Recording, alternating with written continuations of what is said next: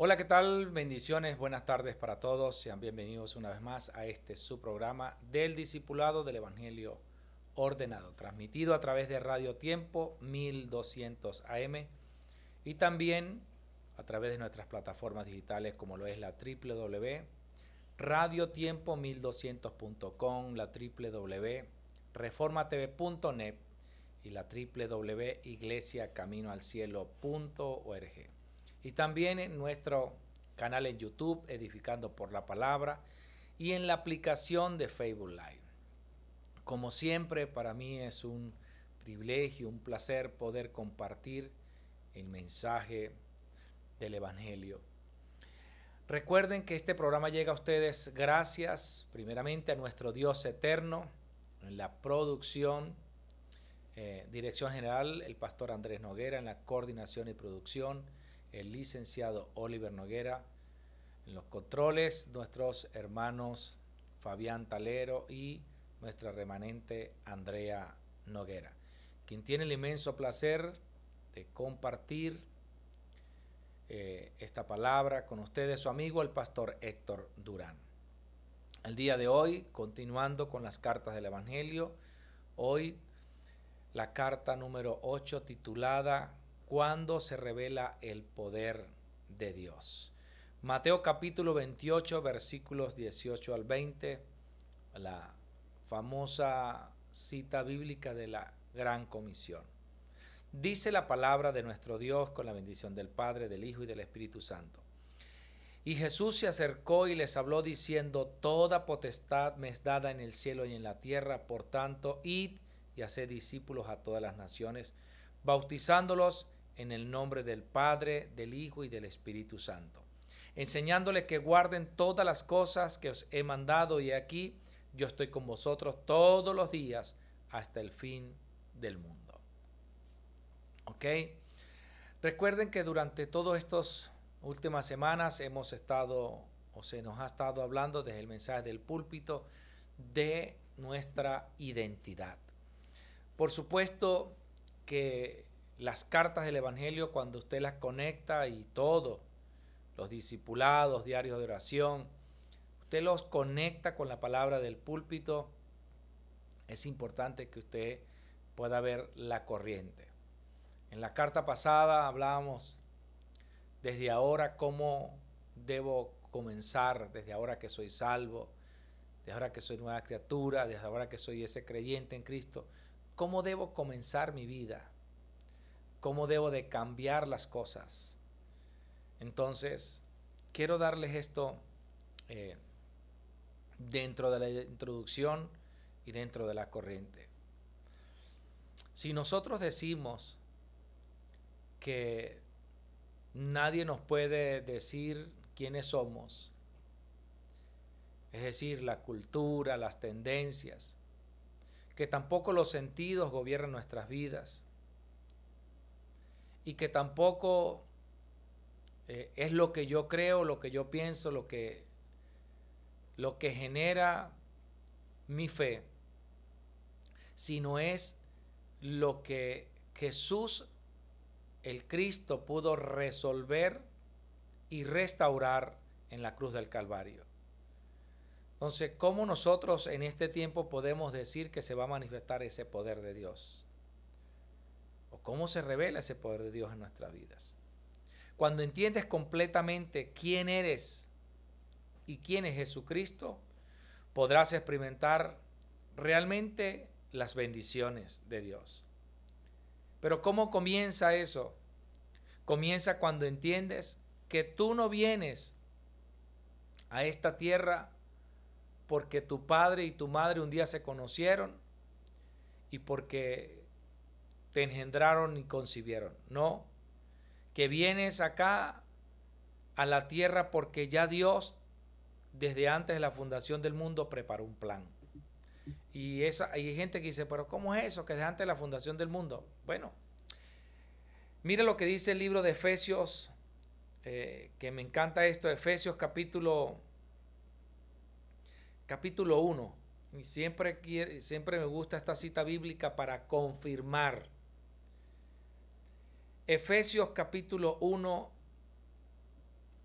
versículos 3 en adelante. Dice: bendito sea el Dios y Padre de nuestro Señor Jesucristo, que nos bendijo con toda bendición espiritual en los lugares celestiales en Cristo, según nos escogió en Él antes de la fundación del mundo, para que fuésemos santos y sin mancha delante de Él. En amor, habiéndonos predestinados para ser adoptados hijos suyos por medio de Jesucristo, según el puro afecto de su voluntad. ¿Para qué? Para alabanza de su gloria y de su gracia, con la cual nos hizo aceptos en el amado. ¿Qué más poder de Dios se puede manifestar en nuestra vida que desde antes de la fundación del mundo ya nosotros estamos benditos con toda bendición? Por eso les daba esta introducción, para que podamos nosotros en este tiempo disfrutar de este mensaje, de esta carta del Evangelio. Punto número 1. Primeramente, tenemos que experimentar, o tenemos que tener siempre en mente, estas cosas que les voy a mencionar. Número 1, tenemos que experimentar, tener presente y confirmar todos los días de nuestra vida Génesis 1:27. Es decir, formó Dios al hombre, varón y hembra los creó, les dio un diseño original, es decir, su aliento de vida.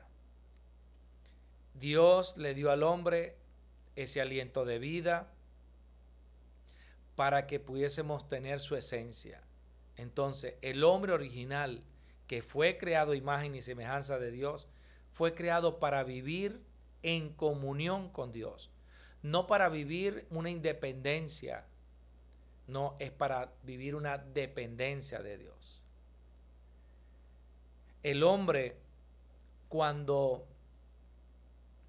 se metió en el problema, y no porque él se quiso meter, sino Satanás, que usó su estrategia de engaño cuando allá le dijo: no, con que Dios ha dicho que no comáis de todo árbol. La mujer le respondió: no, sí, de todos los árboles podemos comer, es del árbol de la ciencia del bien y del mal. No, es que sí pueden comer, lo que pasa es que lo que Dios no sabe es que el día que ustedes coman serán como Dios. Y yo siempre digo esto, y lo confirmo por la palabra, no por lo que yo crea, lo que yo piense o lo que... No, digo es que el hombre, ¿para qué quería ser como Dios si ya tenía la esencia de Dios?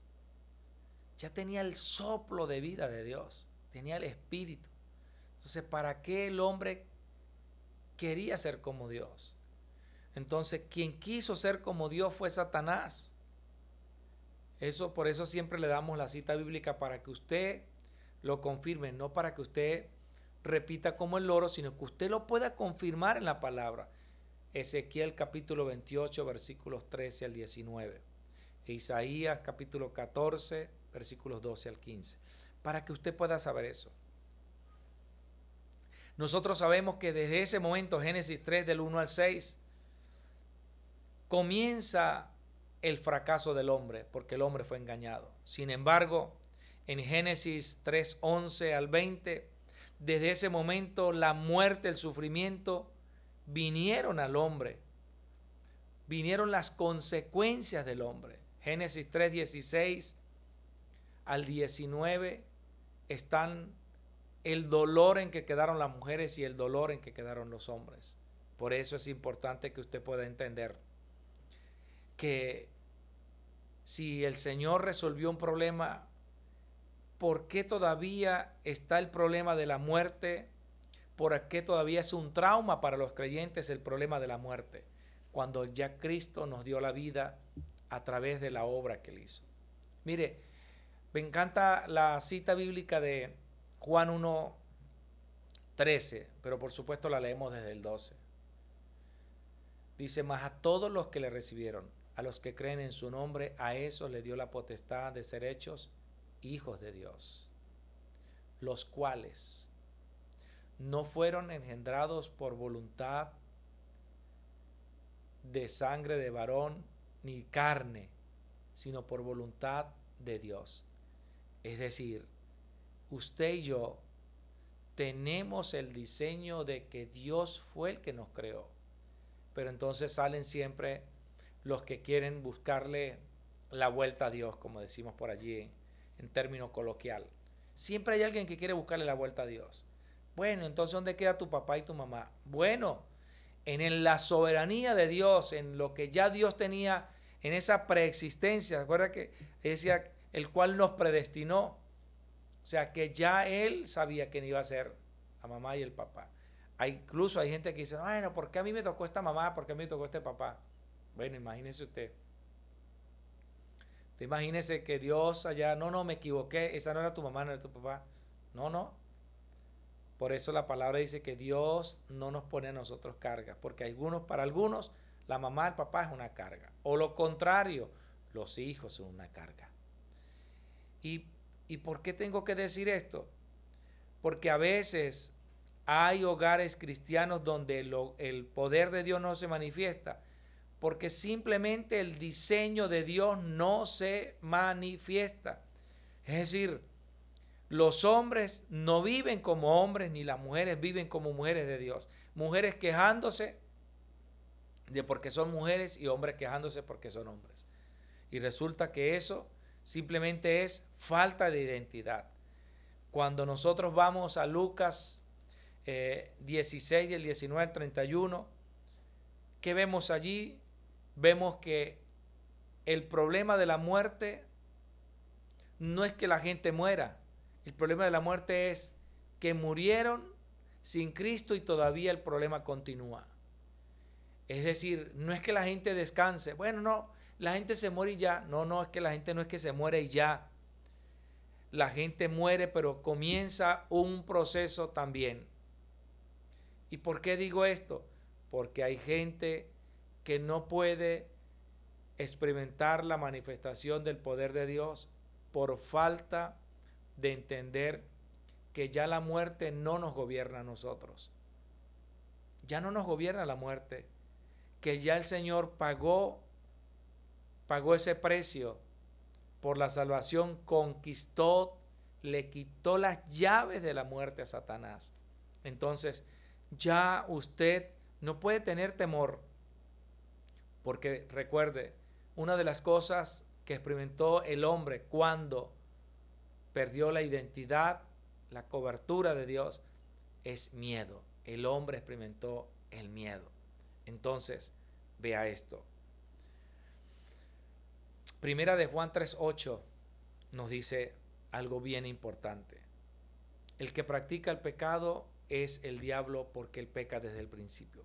Pero para esto apareció el Hijo de Dios, para deshacer todas las obras de Satanás. ¿Cuándo se revela el poder de Dios?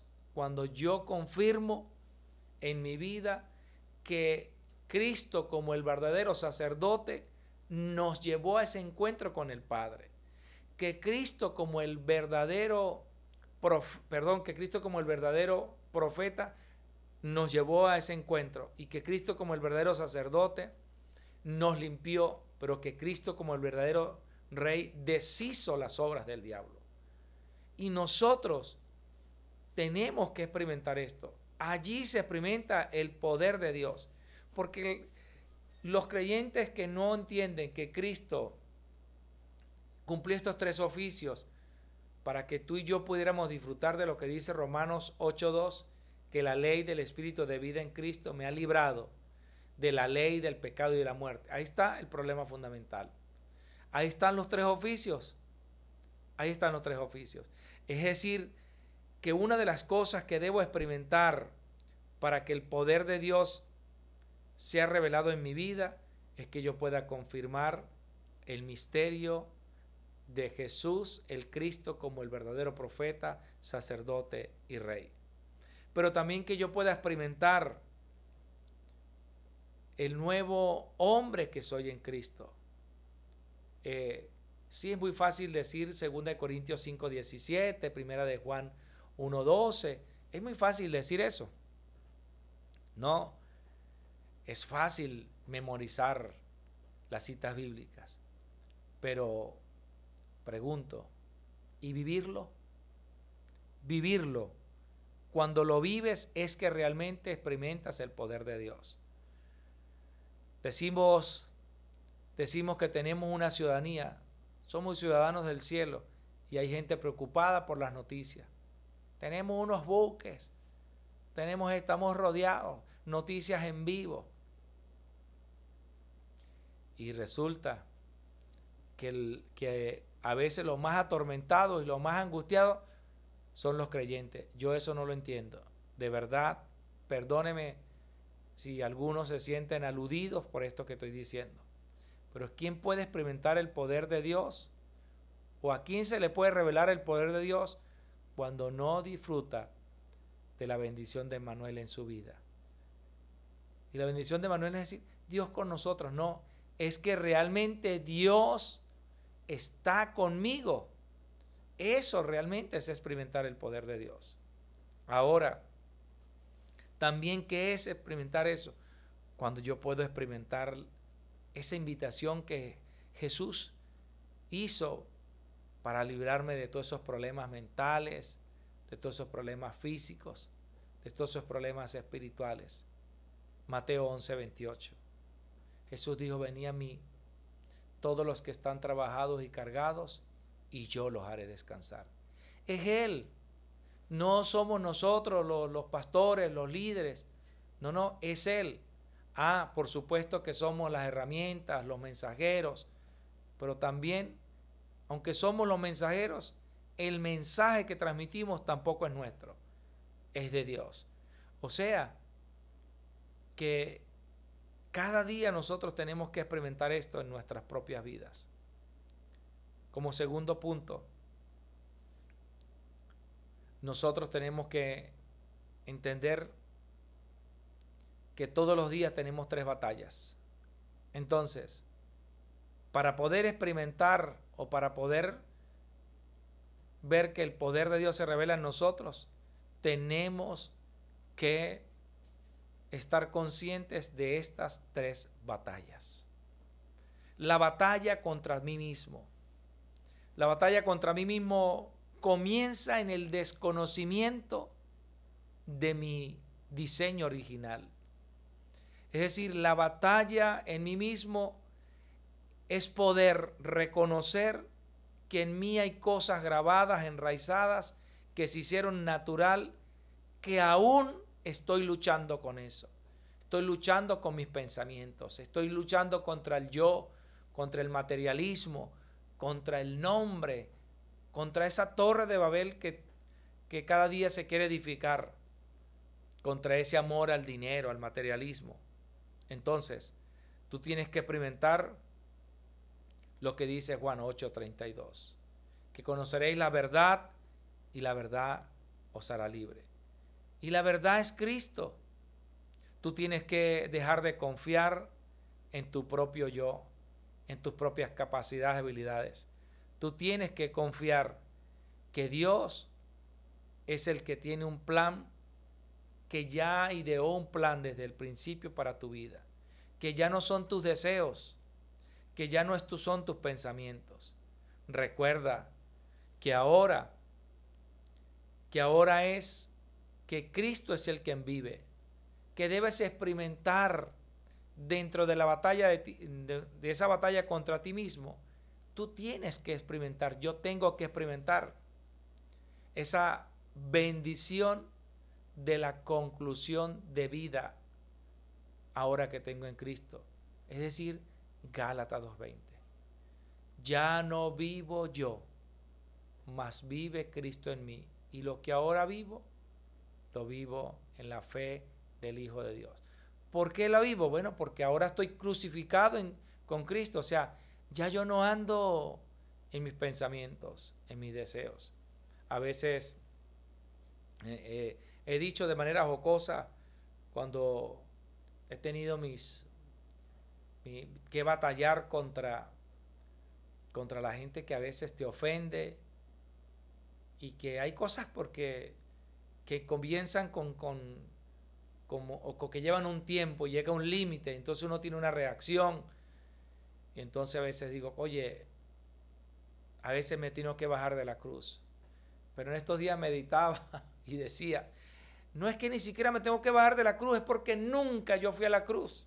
Quien fue a la cruz por mí fue Cristo, quien fue a la cruz por ti fue Cristo, no fui yo. O sea que ni siquiera me tengo que bajar de la cruz. Ojo, y no con esto estoy justificando mis reacciones o esos momentos que me he dejado gobernar por la carne, por la ira, por la impotencia, ¿no? Y lo digo con mucho respeto, porque a veces la gente cree que nosotros los pastores somos de hierro colado, que cualquiera tiene el derecho de ofendernos o de decirnos las cosas y nosotros quedarnos callados. Porque bueno, acuérdate que usted tiene que poner la otra mejilla. Sí, porque ahí sí la gente saca la Biblia rápido. Pero cuando de repente, bueno, acuérdate que Dios nos dio dos manos para ministrar. Puede ser que con una ministremos con la mano abierta y con la otra mano cerrada. Una sin aceite y otra con aceite. O sea, es algo como que siempre es, la cuestión es contra nosotros que tenemos ahora una nueva naturaleza. Entonces esa batalla contra nosotros mismos no es otra cosa que todos los pensamientos, que todo lo que yo soy, lo que yo creo que yo soy, cuando eso tiene que ver es realmente con la vieja manera de vivir o mi antigua vida, que no era progresivamente conforme a Cristo. Entonces ahora yo tengo que entender que ahora tengo una verdad, ahora yo tampoco batallo solo, porque ahora mora el Espíritu en mí. A veces pareciera que la batalla que tengo a diario contra mí mismo es que yo estoy solo. No, gloria a Dios, yo en estos días decía, gloria a Dios por los eventos, gloria a Dios por las cosas que a veces tienen que venir a nosotros para poder ver manifestar las tinieblas que aún hay en nosotros y poder despojarnos de ellas. Eso es importante. La segunda batalla, la batalla contra Satanás. Mira, la batalla contra Satanás es porque él tiene el mismo método y las mismas estrategias siempre. Él siempre va a usar el engaño. Y él lo va a hacer, por supuesto, usando la misma palabra. No es mediante otras cosas que Satanás va a usar. No, Satanás va a usar la palabra para querer desenfocarnos de nuestra identidad. Cuando nosotros vamos al libro de Mateo capítulo 4, verso 11, del 1 al 11, vemos la tentación de Jesús. Cuando Jesús salió de haber estado 40 días en la presencia del Padre, recibiendo instrucciones, capacitándose. Porque la Biblia dice que Jesús vino y aprendió la obediencia. Cuando leemos la Escritura dice que Jesús, que era un niño, que era humano, dice que crecía en conocimiento, en estatura para con Dios y con los hombres. Porque alguien, no, lo que pasa es que ese era Dios, ese era un niño prodigio. No es que era un niño prodigio, sino que primero ya venía con un ADN que no era igual que el nuestro. O sea que ya por ahí nosotros tenemos que entender eso. Entonces, esta batalla contra Satanás no es posible en mis fuerzas, no es posible en la religión, no es posible en las buenas obras, no es posible en el legalismo, en el misticismo, ni en aquello que nosotros pensamos que es algo nuevo. No. Dios nos dice a nosotros que para ganar la batalla contra Satanás tenemos que tener la identidad de hijo de Dios. Tenemos que tener la autoridad que nos dio Jesús en Mateo 28, 18. Y aquí os doy toda potestad, y aquí he recibido toda potestad en el cielo y en la tierra, por tanto id. O sea, Él nos dio esa potestad porque Él la recibió. Dios nos dice a nosotros que Él nos ha dado autoridad para que pudiéramos hollar serpientes y escorpiones y que tuviéramos confiado que nada nos podía dañar. También la batalla contra Satanás se gana es porque Él ya deshizo las obras de Satanás. Eso es lo que nos dice Primera de Juan 3:8. También nosotros podemos ganar la batalla contra Satanás a través de la oración, pero a través de lo que hace el Espíritu Santo, porque Él es el que hace la obra, no somos nosotros. Nosotros, dice la palabra, que todo lo que pidamos al Padre, Él nos lo hará. Pero cuando nosotros leemos Hechos 1:8, nosotros hemos recibido un poder. Y ese poder es para ser testigos. Es decir, que siendo testigos es que estamos nosotros quebrantando la obra de Satanás. Es así como hacemos esa batalla contra Satanás.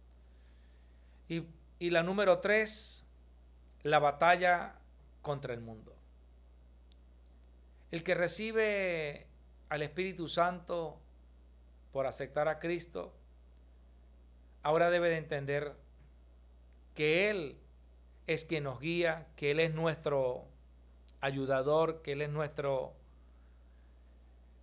consolador. O sea, Él es ahora quien debe de gobernar. Por supuesto, pero hay una obra que hace el Espíritu Santo, que Él es el que nos va a recordar realmente todas las cosas, pero también va a hacer una obra. Él nos va a guiar a toda verdad. Y esa verdad es Cristo.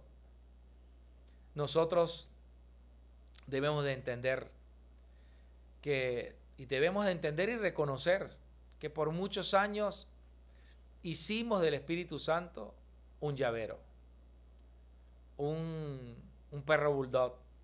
Y perdone si alguien se siente ofendido porque le diga que hicimos del Espíritu Santo un perro bulldog, es decir, para que nos cuidara la casa, el carro, la mujer, los hijos, X.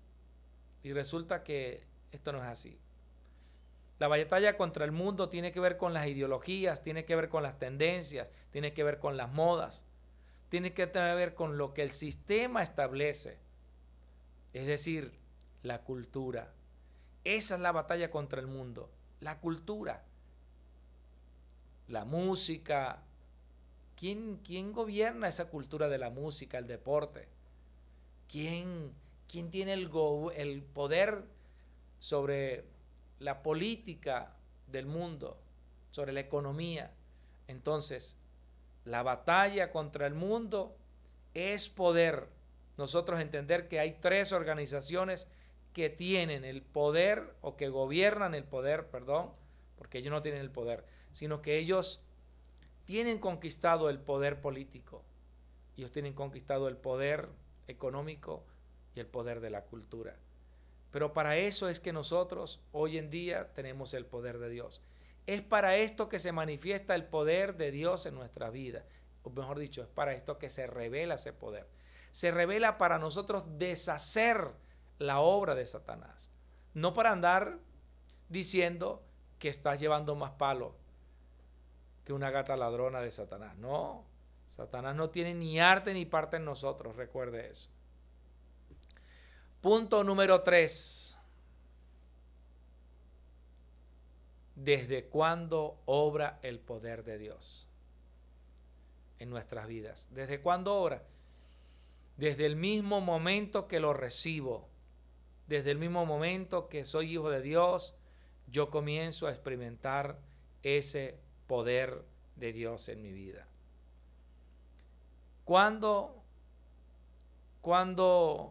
¿Desde cuándo obra ese poder de Dios en mi vida?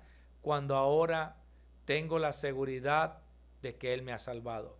Tengo la seguridad de que Él me ha perdonado. Tengo la seguridad de que ahora, cuando oro, yo tengo respuestas, porque ya no oro conforme a mis deseos, sino conforme al deseo de Dios. Tengo la seguridad que el Espíritu Santo nos guía. Y tengo la seguridad de que tengo la victoria en Cristo. Entonces, también debo de saber que el poder de Dios se manifiesta en mi vida cuando yo descubro mi verdadera identidad. Porque hay gente que dice es hija de Dios, pero no disfrutan de esa identidad.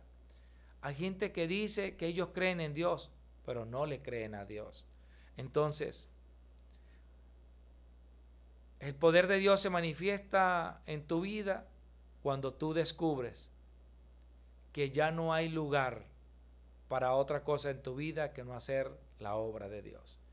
Cuando también yo puedo experimentar la obra de Dios o ese poder de Dios en mi vida, cuando la obra de la recreación que hace el Espíritu Santo se manifiesta.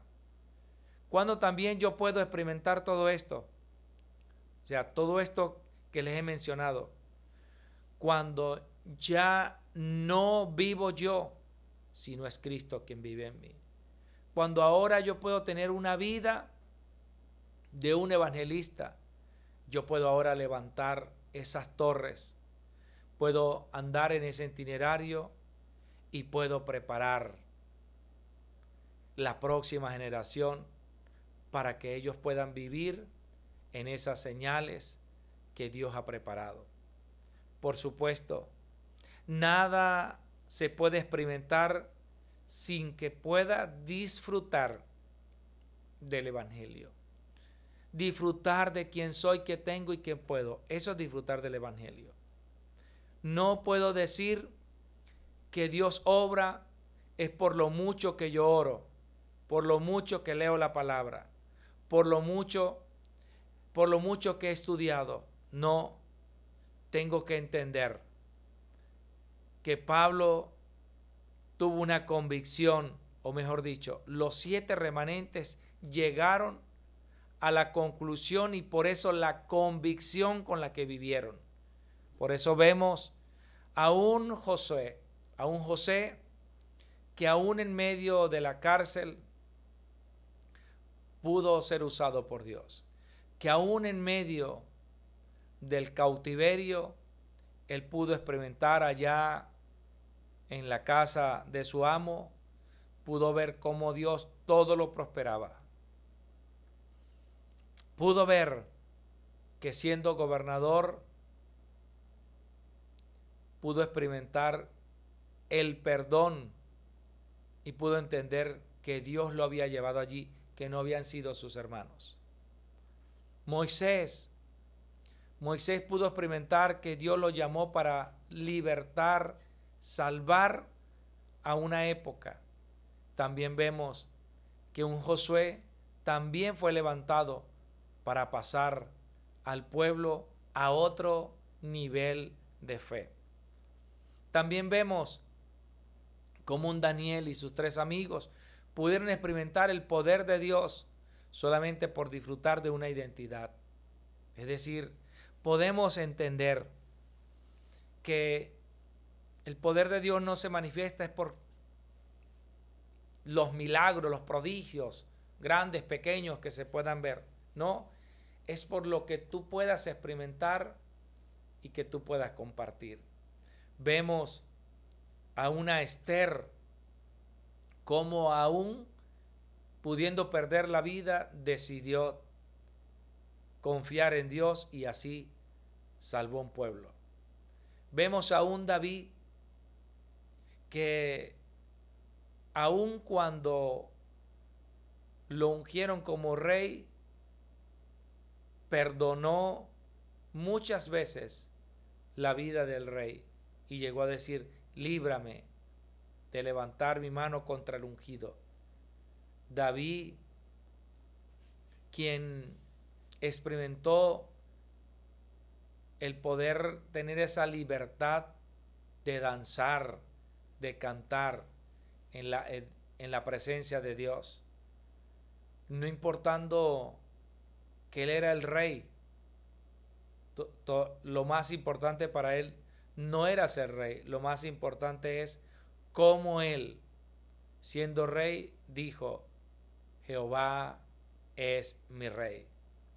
Siendo un pastor, él dijo, Jehová es mi pastor. Siendo un hombre perseguido, siempre un hombre que fue muchas veces que lo quisieron matar, él confesó con su boca que Jehová era su amparo, su refugio, su roca fuerte. Es decir, que todos los remanentes de la palabra o de la Biblia pudieron experimentar la obra del poder de Dios. Por eso que cuando llegamos a Pablo,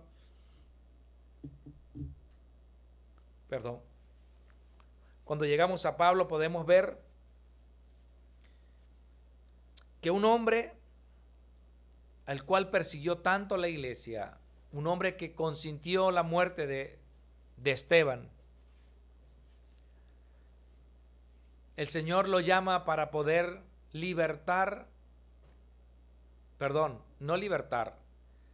para poder ir y compartir el evangelio a los gentiles, algo que los judíos no aceptaban. Al punto que, bueno, nosotros conocemos la historia de Pedro. Pero ¿saben algo? Dios usó a este hombre para poder compartir el evangelio a los gentiles. Pudo usar a este hombre para que hubiese un punto de cambio. También pudo usar a este hombre para que él pudiera entender que le era necesario ir a Roma, no porque él quería ir a hacer turismo, porque él sabía que yendo a Roma se conquistaba el mundo. Y hace poco, o mejor dicho, estos 2 últimos años que he ido a Corea, he tenido la bendición de poder estar en Turquía, pero en especial en esos lugares que se mencionan las 7 iglesias en Apocalipsis. Este año estuve en ese lugar donde se hizo ese concilio. El apóstol Pablo hizo ese concilio y allí hubo defensa y se hizo la defensa. Él hizo la defensa de su apostolado.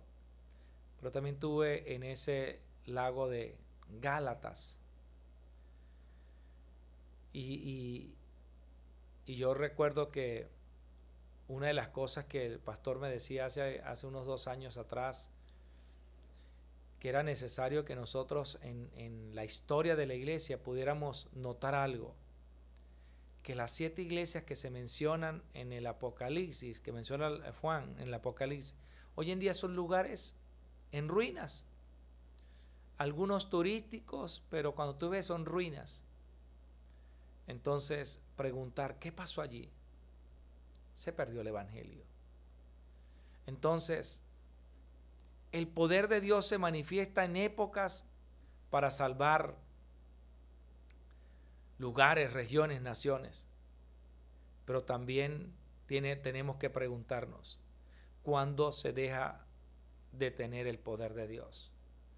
Cuando simplemente no tenemos el deseo de Dios, que es la evangelización, que haya la continuidad.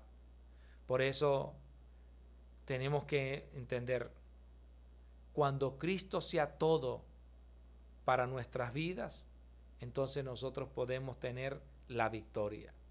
Cuando ores, no tienes que orar por tus cosas. Allí el poder de Dios vendrá sobre ti. Cuando vas a buscar el deseo de Dios, entonces tú podrás ver que el lugar donde está, allí se manifestará ese poder de Dios. Es importante eso. Y quiero ya, en el último punto, que tiene que ver con la sanidad.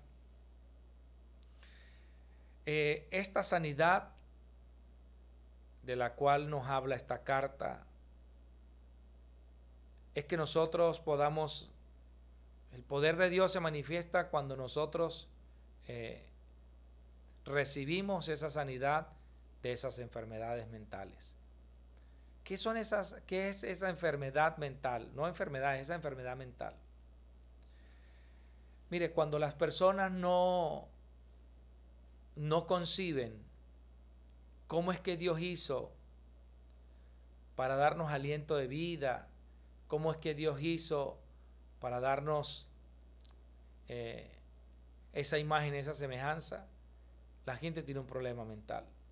Pero cuando nosotros disfrutamos y decimos, yo solo sé que yo soy imagen y semejanza de Dios y que Él me dio su aliento de vida y que yo tengo sus bendiciones desde el principio, que a mí eso no genera ningún, no, pero ¿cómo sabes tú? Pero no, mire, ¿sabes qué? Solamente lo creo y punto. Porque las religiones, imagínese usted que justamente que el tema que voy a tratar la próxima semana, que es la oración, las religiones reciben respuesta, o las personas en las diferentes religiones reciben respuestas en la oración. Y si ellos reciben, o sea, tienen convicción, se aferran a eso, ¿cómo que nosotros los hijos de Dios no podamos experimentar eso? Y menos que podamos ser sanos de todos esos pensamientos, todas esas cosas que a veces nosotros batallamos. Es impresionante entender eso. Así que mira esto. Una de las cosas que nosotros tenemos que ver es lo que dice la Escritura. Y con esto es importante, les decía en la semana pasada cuando hablamos de la enfermedad, de la sanidad que recibimos. Pero mira esto. Quiero compartir esta cita bíblica porque es importante. Hechos, el libro de Hechos capítulo 8, porque a veces pensamos que solamente que lo digamos. Hechos 8 del 4 en adelante dice, pero los que fueron esparcidos iban por todas partes anunciando el evangelio. Entonces Felipe, descendiendo a la ciudad de Samaria, les predicaba a Cristo. Les predicaba a Cristo, no les predicaba de una religión, les predicaba a Cristo. Y la gente unánime escuchaba atentamente las cosas que decía Felipe, oyendo y viendo las señales que hacía. Porque de muchos que tenían espíritus inmundos, salían estos dando grandes voces, y muchos paralíticos y cojos eran sanados. Así que había gran gozo en aquella ciudad. ¿Saben? A veces nosotros queremos recibir sanidad o experimentar la sanidad física. Y pareciera que la sanidad física fuera algo externo. No, pero ya va. La sanidad mental proviene de esa sanidad física, de haber ser libre de la opresión de Satanás. Porque Satanás es el que oprime a través del sistema que él gobierna. Entonces, la primera sanidad que tuvimos nosotros fue tener libertad. Ahora somos libres. Eso es importante que lo podamos entender. Y nosotros debemos de saber que no es que yo lo diga, es la palabra la que lo dice. Nosotros debemos de experimentar de que Dios está con nosotros siempre. Mira esto. La gente cuando dice, no, es que no puedo dormir, que esto, no. Eso también es parte de no tener identidad. Es que la sanidad proviene precisamente de no tener sanidad, no de que no puedo dormir y ¿cómo hago? Bueno, ¿qué haces? Bueno, tienes que aferrarte a que ahora tú tienes una libertad en Cristo. Tienes que experimentar eso. Entonces mira, ¿cómo nosotros vamos a dar la evidencia a las personas? Cuando tú dices, no, es que no puedo dormir, que no puedo esto, que no puedo lo otro. No, por favor. Nosotros no podemos estar en una situación de que sí puedo dormir, que no puedo dormir. No, para nada. Yo siempre he dicho, si yo cito la palabra, específicamente voy a decir el Salmo 4:8. Si yo digo voy a dormir y yo voy a experimentar ahora, citando la palabra,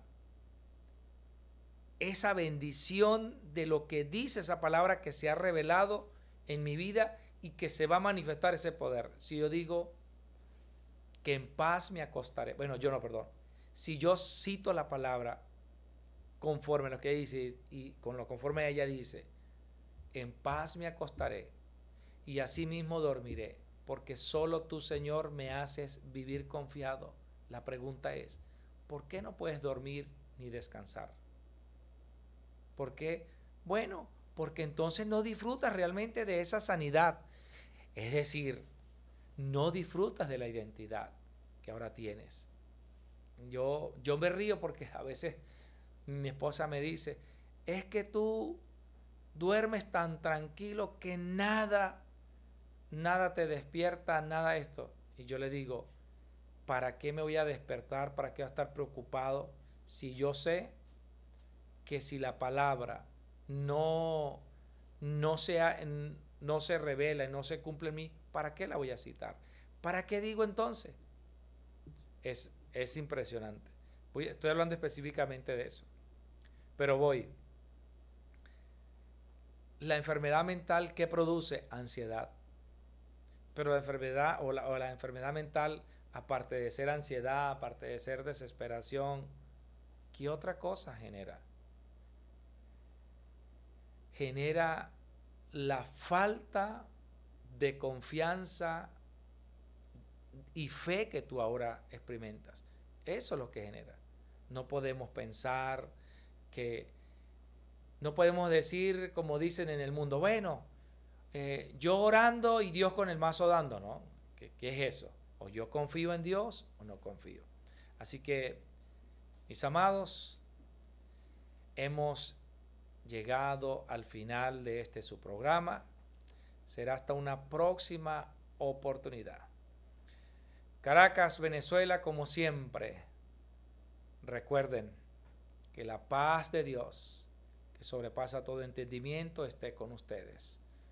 Bendiciones.